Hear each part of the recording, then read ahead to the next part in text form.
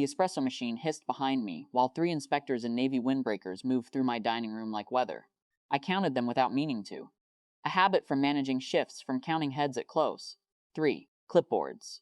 The lead one, a woman with short gray hair and reading glasses pushed up on her forehead, asked for the owner in a voice pitched to carry over the noise.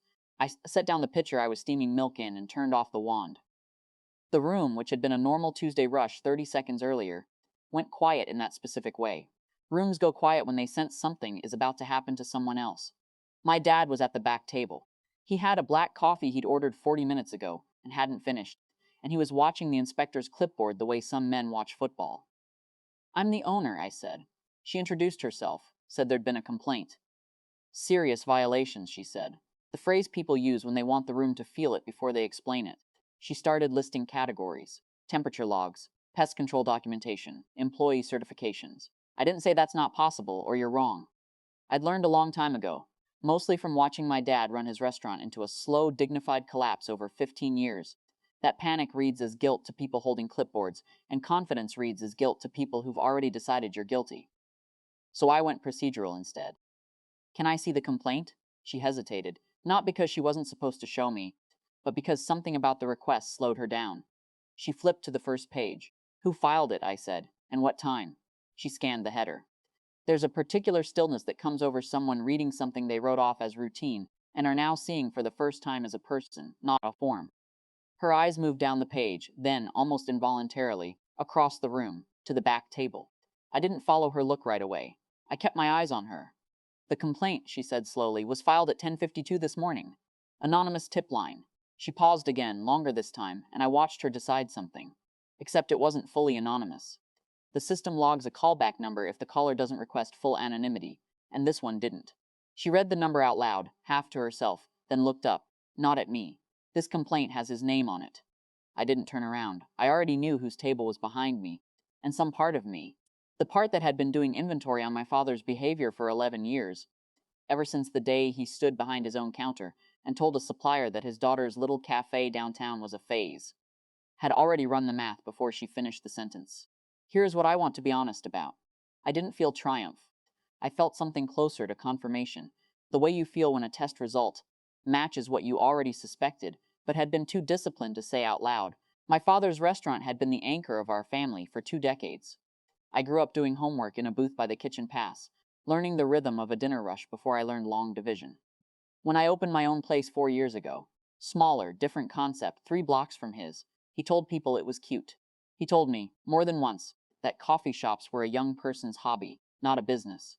He said it warmly, the way people say cruel things when they've convinced themselves warmth cancels out content.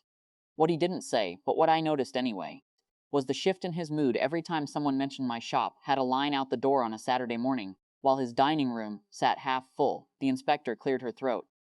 "Given the source and the," she chose her word carefully, "nature of the tip, I do need to still complete a basic walkthrough. Standard procedure. But I want to be transparent with you about where this originated." "I understand," I said. "Let's do the walkthrough." We did.